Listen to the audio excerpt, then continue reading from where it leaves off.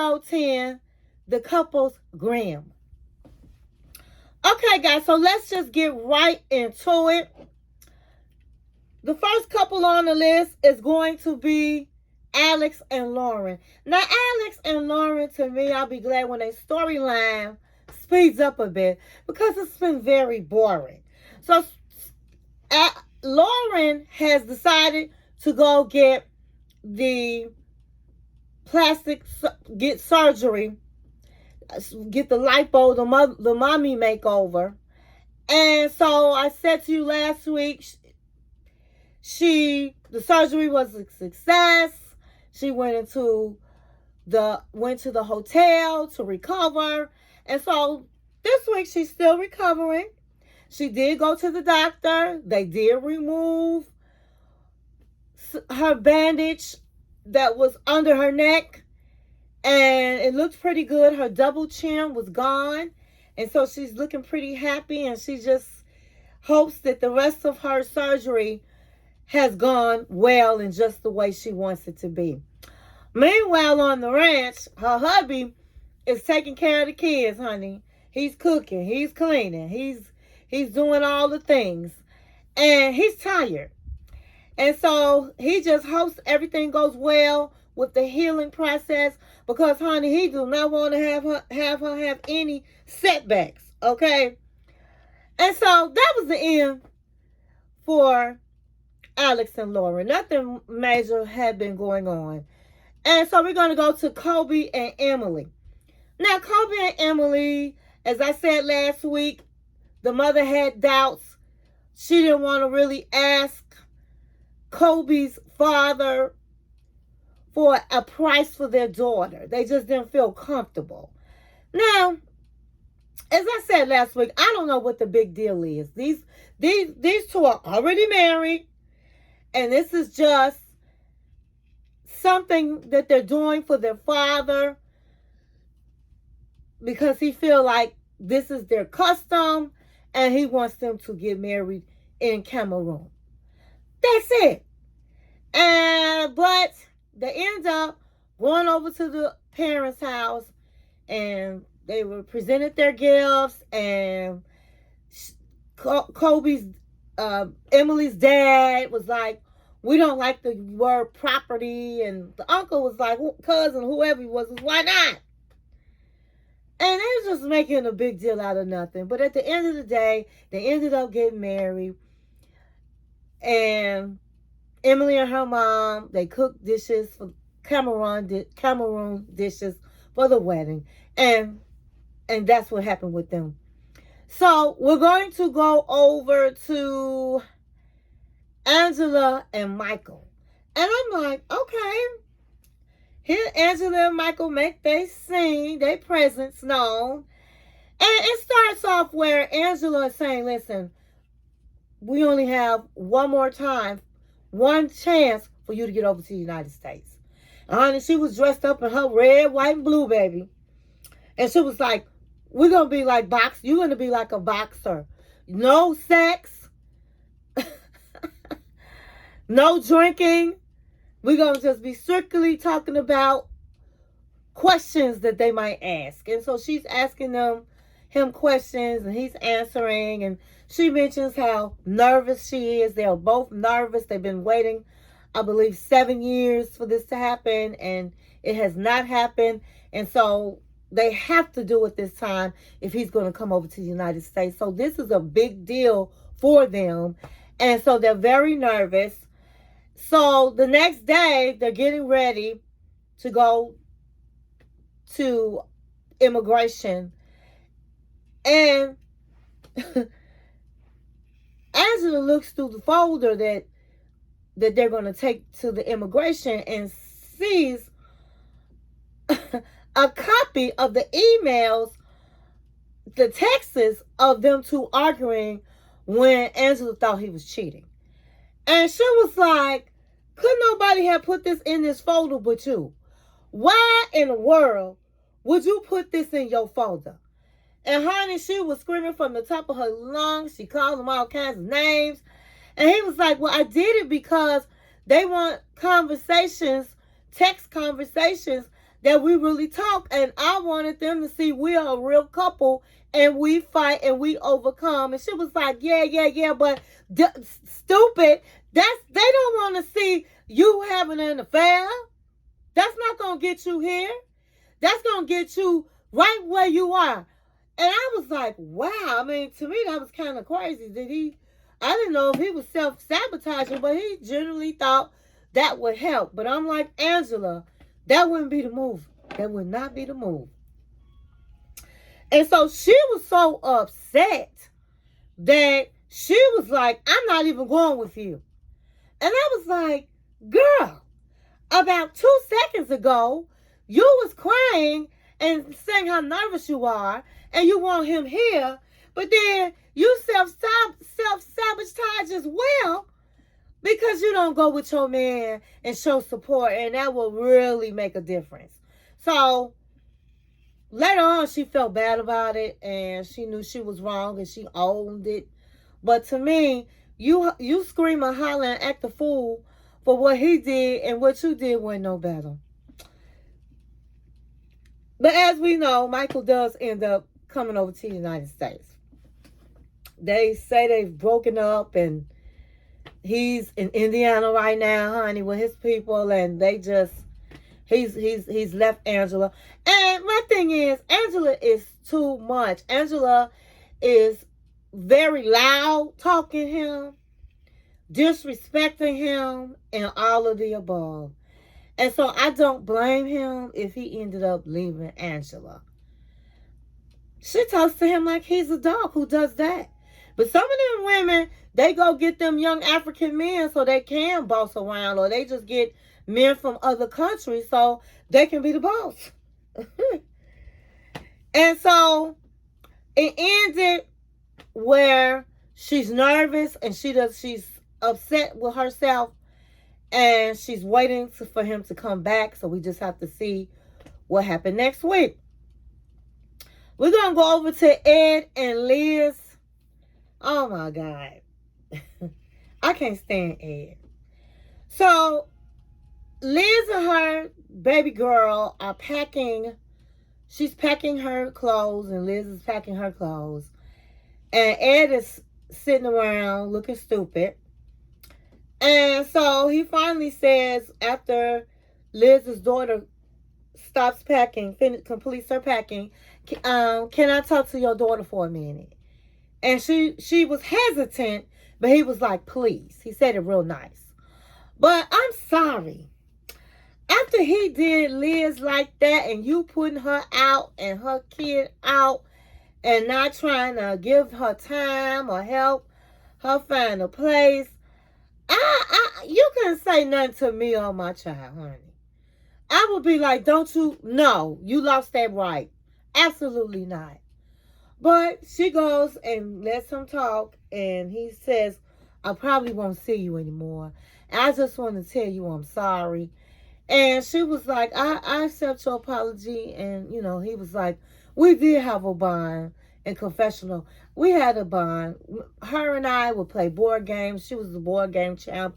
And that's how we bonded. And so as she was continuing, the baby girl was continuing to get her things together. Liz goes, I'm sorry this happened, sweetie. And you're going back to your father. And she stopped packing and she said, no, I didn't know that. You didn't tell me that. And I just thought,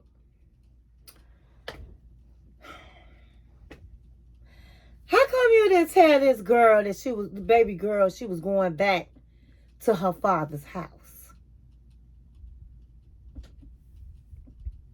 And for me, I just don't feel sorry for Liz, because this man has broken up with her 16, 17 times. And she still went back to him. And she crying when this man don't look sad or sorry or nothing. And she steady looking sad, I really think she did it for the fame, for people to be, for her to be with him, and she can continue to be on the story. Because for the life of me, I think Liz is very attractive, but lately she done put on weight hanging around this guy. And honey, I seen her in the next episode, and I didn't know she looked like an old hag. She let herself go down with Ed, probably stressed. And so when a man is constantly stressing you out, and it's for men and women, if your partner is constantly stressing you out, constantly breaking up with you, it's just always something. Exit to the left. Exit to the right. But exit. Why are you there? And the only thing I can come up with was she's on TV. He was paying her way where she didn't have to work. But girl, bye. God bless the child that has his own. That has his own. God bless the child that has his own. Putting up with somebody because they paying your way, honey, so you don't have to work, and then you sitting up being cussed out, and every minute you getting kicked out. Your family is calling you a fool. Your friends is calling you a fool. And now you got your daughter looking at you like you a fool. And then her daddy, your baby daddy, is probably like, he can't trust you. You're not stable. And as I said last week, Liz had the opportunity to be a co-owner of a bar. She had her own place. And she is a beautiful girl. But honey, this little no-neck man done dragged her down in the mud. And that's what these people will do to you if you allow them to. When you see the toxicity, exit left, exit right, but exit.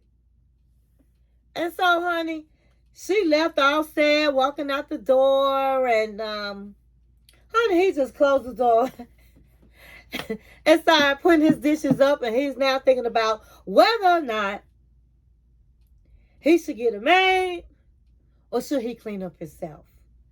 So I just feel embarrassed for her because I wouldn't have let nobody like that. You know, he acting like he the prize. He the prize. I just think that I'm not upset about what happened. I think we just both missed the dice. We're better off not together. And she driving, hoping he'll tell her to stay. And that didn't happen. He closed that door so fast and he really looked relieved. And she even said herself, Ed didn't look like there was a fight for me to stay. He looked like, hey, bye. And that's just how he looked. So I really do hope that Liz has learned lessons. When somebody act like they don't want you, they only need to tell you one time to get up out their house, and that should have been the only time. When you have children, you can't just do things because you want to do them. You have to set examples for your children. She got a little girl looking at her and watching her mama and her getting kicked out of a house by a troll. And I hate to talk about him, but he deserved it all. So I'm just done. We're going to go to the next. So we're going to go to Jasmine and Gino. Okay, so last week, Jasmine had made these margaritas, honey. And she shook it right down to the ground, honey. Margaritas. And she ended up getting tipsy and letting the cat out the bag, telling this man she wasn't having his baby. So this episode, he's looking hurt.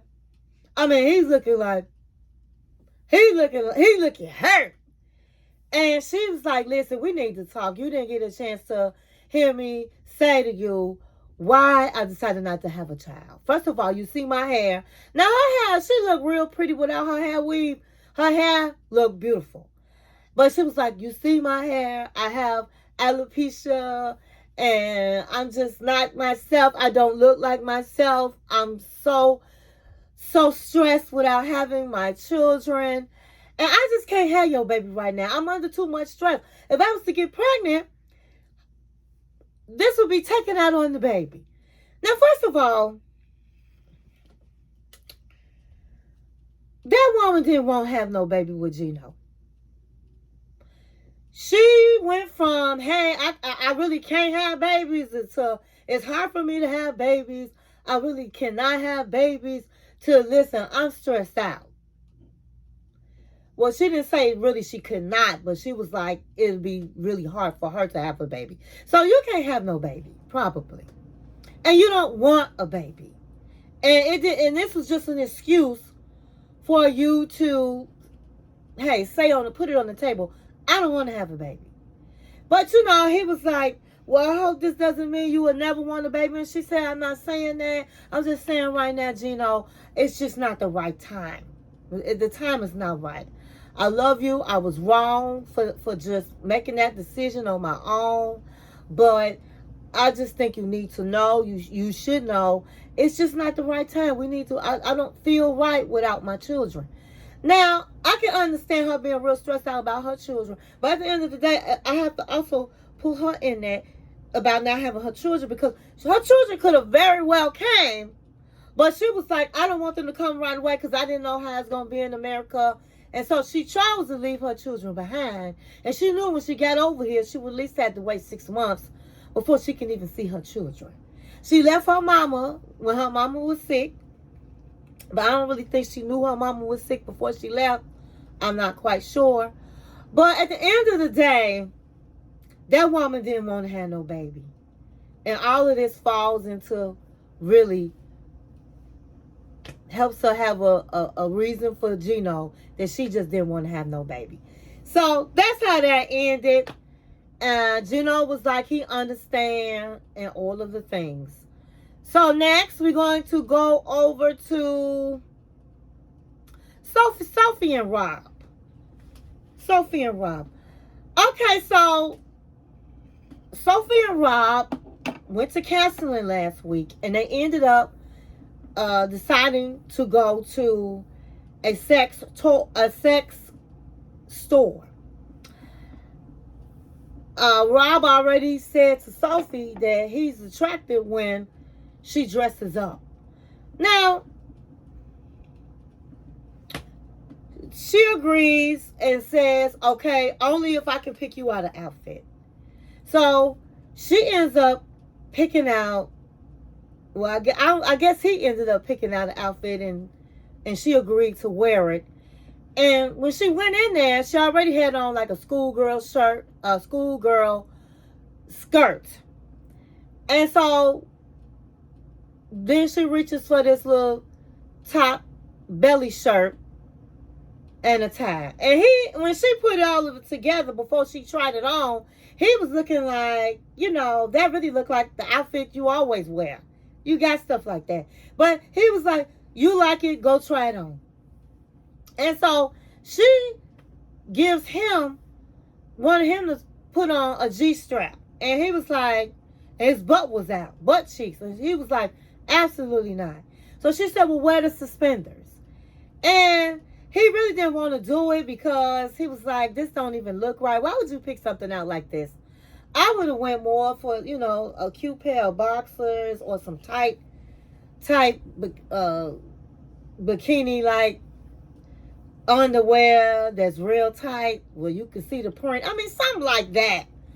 With a manly robe or something and he can have it open with his chest out. I mean, come on. You're going to pick out some Chippendale outfit, and his didn't even have a bow tie. Even if she got a little pair of underwear with a bow tie, would have been cute.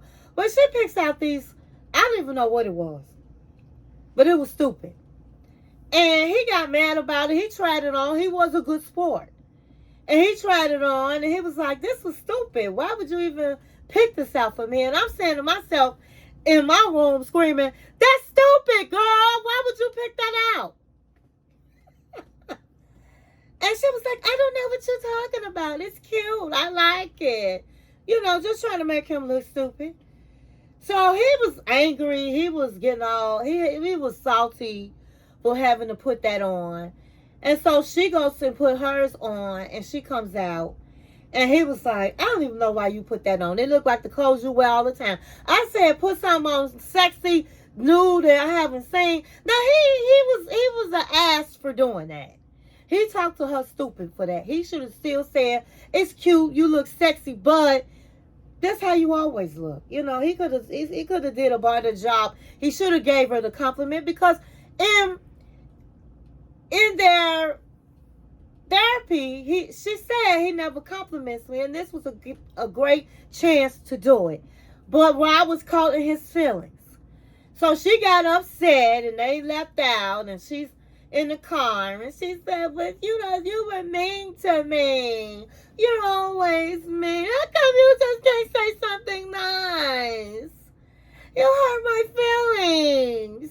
I mean, that's how you have to do it. Be nice. Be nice to me. And I'm looking like, girl, bye. Girl, why? Why you acting like that? It was not that serious. He said to her, you did look attractive. What are you going to wear that you not going to look attractive? All I was saying was, that looked like the outfit you already had on.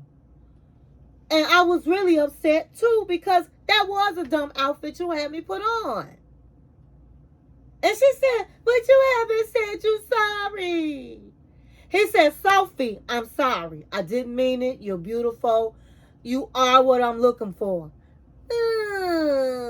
I don't think so. You don't never be nice to me. Why can't you just be nice to me? How sickening. How repulsive. I don't care how cute Sophie is. Sophie is a cute girl. But now she making herself look ugly by acting the way she's acting. First of all, yeah, your husband's supposed to tell you look good. But honey, if he don't, you're supposed to be like, yeah, I know I look good, honey. Don't be jolly. Don't hate on me, baby. You know your wife look good. You know what I mean? It wasn't, they're supposed to be having fun in a sex shop.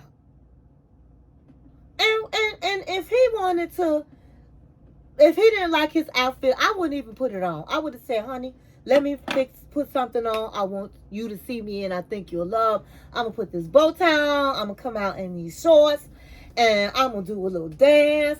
I'm going to pop it, and turn each other on and be happy.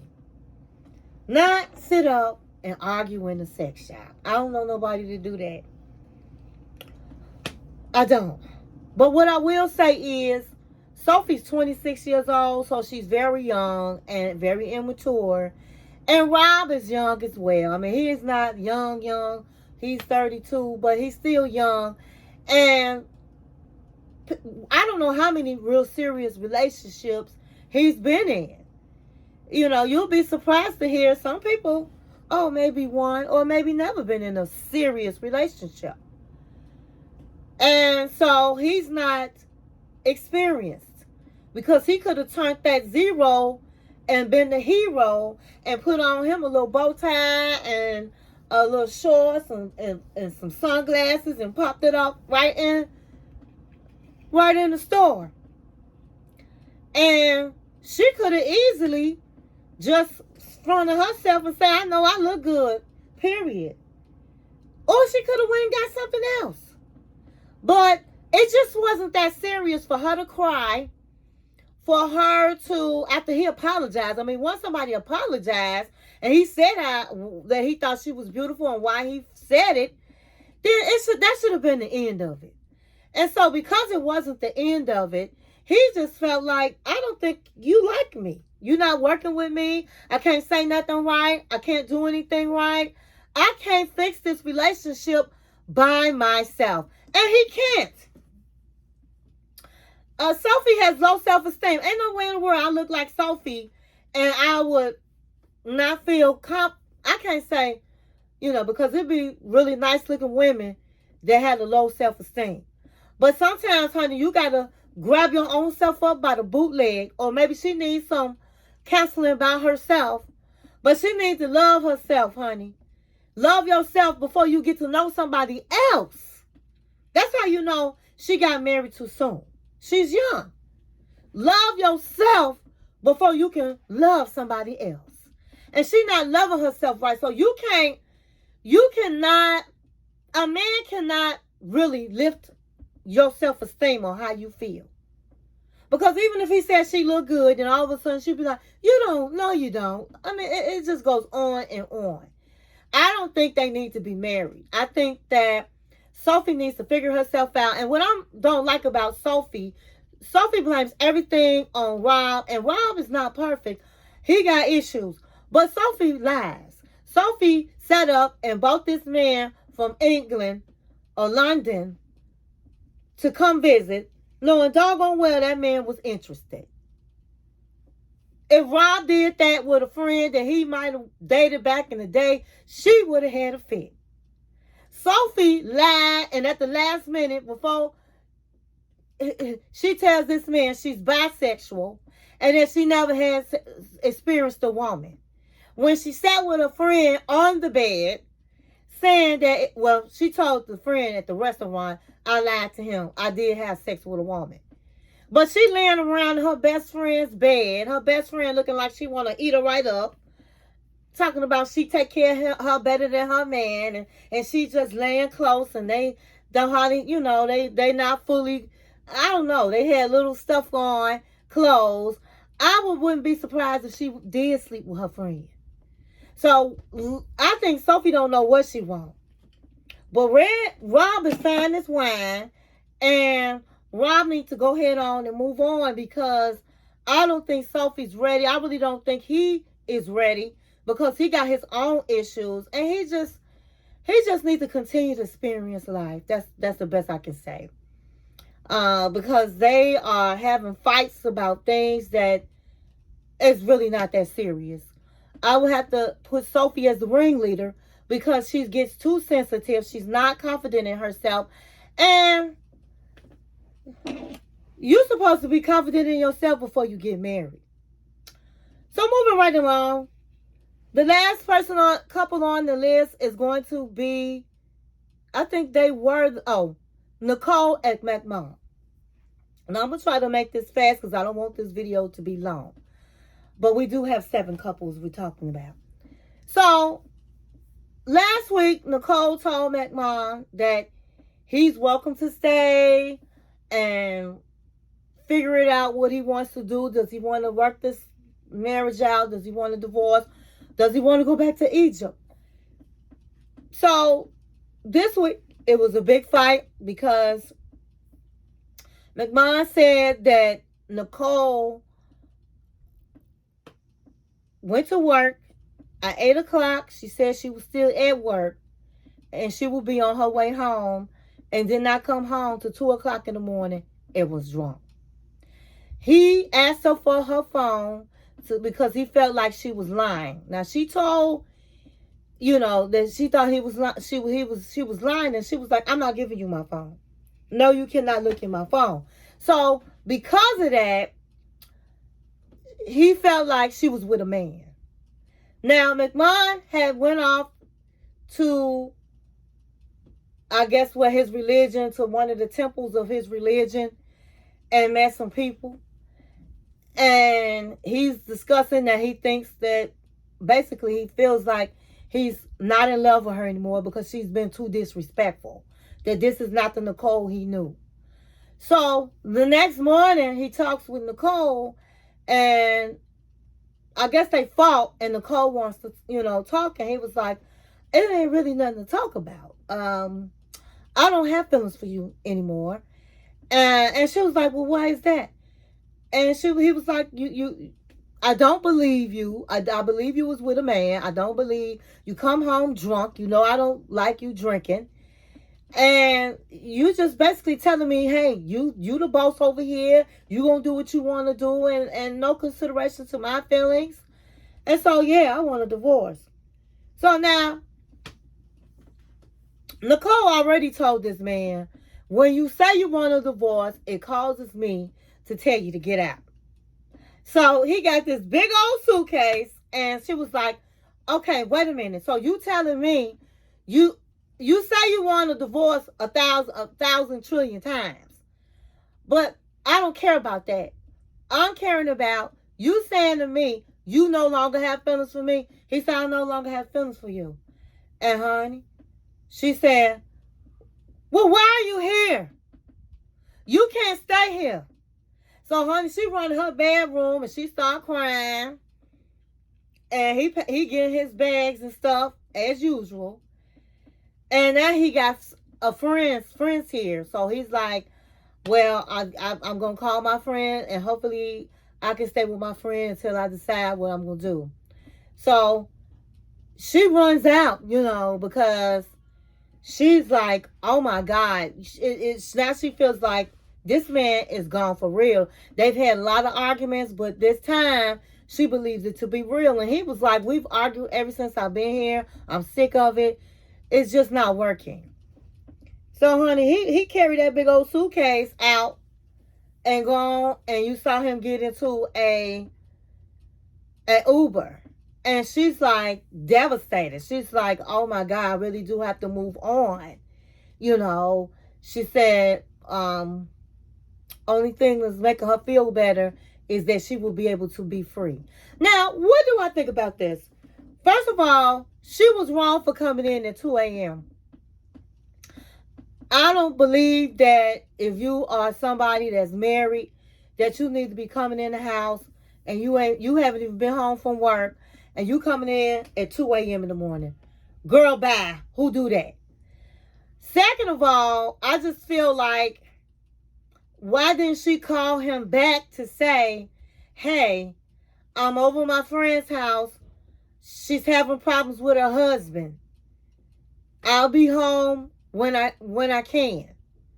Instead of just not saying nothing and he's at home waiting. So Nicole was definitely wrong for that. And if she did come home drunk, I'm sorry. We are all grown. Now, maybe in his religion, he can't come home drunk, but she said she wasn't drunk. But regardless, if she was drunk, it is what it is. The bottom line is this man is not going to get used to her being an American. And sometimes when people come from different countries, it just don't work out. And he one of them hardcore Muslim man that he is not going to deter from his religion. Now, they did have an agreement that when he got here, he was going to try to, be more free, let her be more free or something like that. And I don't think for 1 minute did he do that.